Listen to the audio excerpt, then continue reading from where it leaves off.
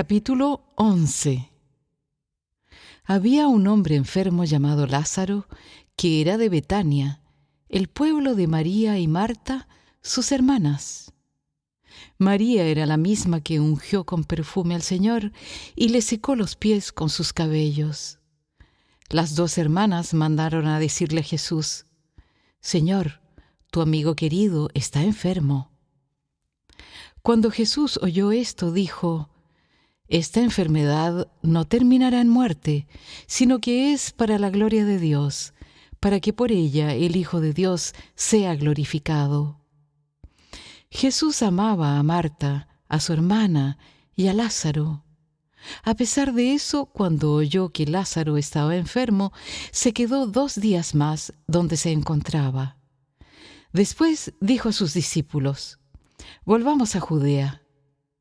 «Rabí», objetaron ellos, «hace muy poco los judíos intentaron apedrearte y todavía quieres volver allá». «¿Acaso el día no tiene 12 horas?» respondió Jesús.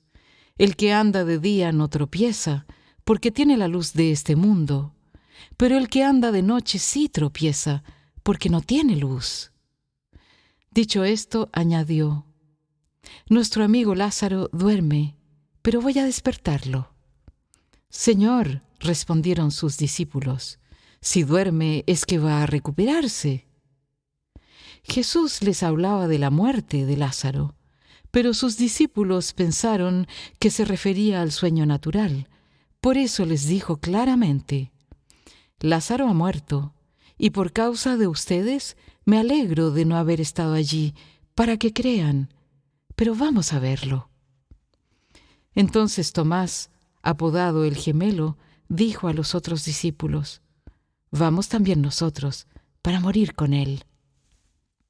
A su llegada, Jesús se encontró con que Lázaro llevaba ya 4 días en el sepulcro.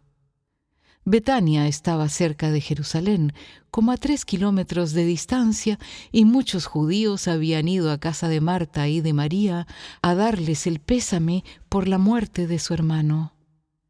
Cuando Marta supo que Jesús llegaba, fue a su encuentro, pero María se quedó en la casa.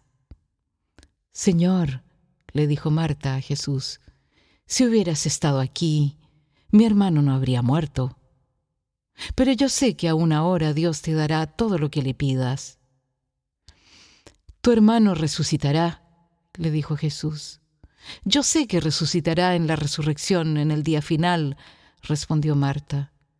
Entonces Jesús le dijo: «Yo soy la resurrección y la vida. El que cree en mí vivirá aunque muera, y todo el que vive y cree en mí no morirá jamás. ¿Crees esto?». «Sí, Señor, yo creo que tú eres el Cristo, el Hijo de Dios, el que había de venir al mundo». Dicho esto, Marta regresó a la casa y, llamando a su hermana María, le dijo en privado: «El Maestro está aquí y te llama». Cuando María oyó esto, se levantó rápidamente y fue a su encuentro.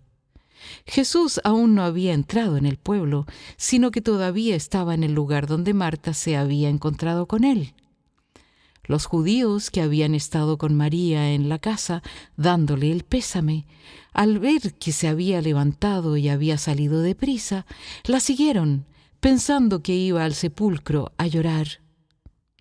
Cuando María llegó a donde estaba Jesús y lo vio, se arrojó a sus pies y le dijo: «Señor, si hubieras estado aquí, mi hermano no habría muerto». Al ver llorar a María y a los judíos que la habían acompañado, Jesús se turbó y se conmovió profundamente. «¿Dónde lo han puesto?». «Ven a verlo, Señor», le respondieron. Jesús lloró. «Miren cuánto lo quería», dijeron los judíos. Pero algunos de ellos comentaban: «Este que le abrió los ojos al ciego, ¿no podría haber impedido que Lázaro muriera?».